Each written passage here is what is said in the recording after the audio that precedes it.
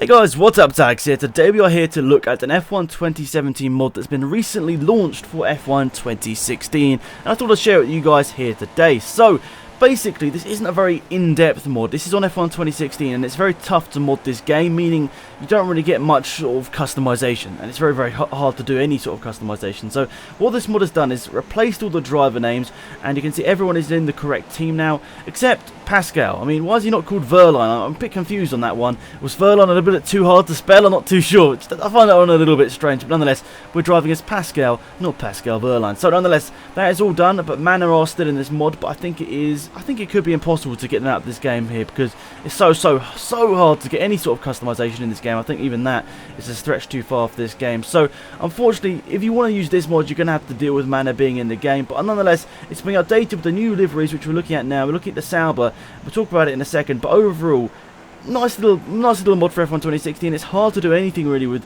as I said, the limitations on the sort of customization, but so far it's a nice little addition. And if you want to run around on F1 2016 and want to sort of get a bit more into the mood for F1 2017, I think this mod has done a pretty good job in doing so. So the first thing that jumps out at me of this Sauber is that it's not the same colour blue. It's quite obviously it's not the same colour blue. It doesn't really make too much difference to me, but the fact it does look so similar now with the gold accent, it does look very similar to the Toro Rosso. I mean, if you saw it like go fly past in a straight line, you could even think it was a Toro Rosso, but in real life it is a little bit of a lighter blue, so it doesn't matter so much. But in my opinion, I think this actually works better than the blue that they've got in real life. It works much better with the dark blue and the gold. Just sort of it works a little bit better in my opinion. But nonetheless, we'll have a look at how it compares to the actual car, and overall, they've done a really good job with it here. Obviously, not everything, little tiny thing is the same, but they've missed out a couple of sponsors. But in general, it's really done quite well, and it's nice to see. I mean, I suppose for me, anything's done well because I have literally no ability as a modder, but I do think he's done a nice little job here, considering he's obviously done it quite quickly as well. I'm sure over time they'll get them, all the sponsors, sort of all the fine stuff being put into the game. But I suppose at the moment, most people just want to get it in the game and have that sort of experience of racing in F1 2017, even though the full game is not out yet, obviously. But anyway, let's move on to the Williams. And I bet you're thinking, Alex, this isn't a mod, is it? It looks exactly the blooming same. Well, it's kind of true. It does look exactly the same. But this is actually a mod off Race Department, and I guess the main reason you'll know that is because it's got the Martini Red in it, which I don't think they've had in the previous games because they haven't been allowed to due to sort of licensing and that sort of stuff. I don't think they can have an alcohol product sort of advertised in the game, so it's always just sort of been the blue and white. So I suppose from that you can tell it is an F1 2017, but then again, in my opinion, does the guy at Williams that designs these liveries get paid? Because he doesn't seem to have done much, let's just say that. I mean, no offence, but it doesn't really feel like the Williams liveries changed at all since 2014. It would have been really nice. I mean, there's been some really cool designs floating about on Twitter. It would have been nice just for them to throw it out there, do something a little bit different.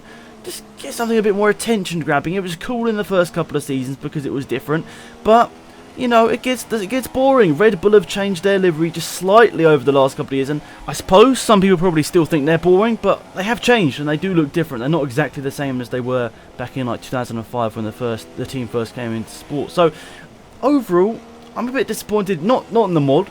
Mod's fine, it looks obviously similar to real life, but I'm just disappointed in Williams. Like, you could have done a little bit more, mate. You could have done a little bit more, in my opinion. It could have been a much cooler livery, but we haven't actually seen the actual Williams car yet. We've actually just only seen the sort of rendering, so we'll see how that all turns out. Maybe it'll look a little bit better in real life, but I guess it's going to look exactly the same, let's be perfectly honest. But yeah, interesting to see, and I just thought we'll keep going on here, guys, because you can see we're actually racing as Lance Stroll here, and I think we do get a bit of a shot here of his helmet as well. So I'm not too sure exactly what it's been based on, but it is not the Bottas helmet, which it could have been replaced with. So they've done a good job there. Just, I don't know whether it's 100% realistic, but just making sure there isn't Bottas's helmet left in that car is good. And I've also got the number down as well. I mean, for me, I suppose anything looks good because I have no ability as a modder. I think I already said that in this video.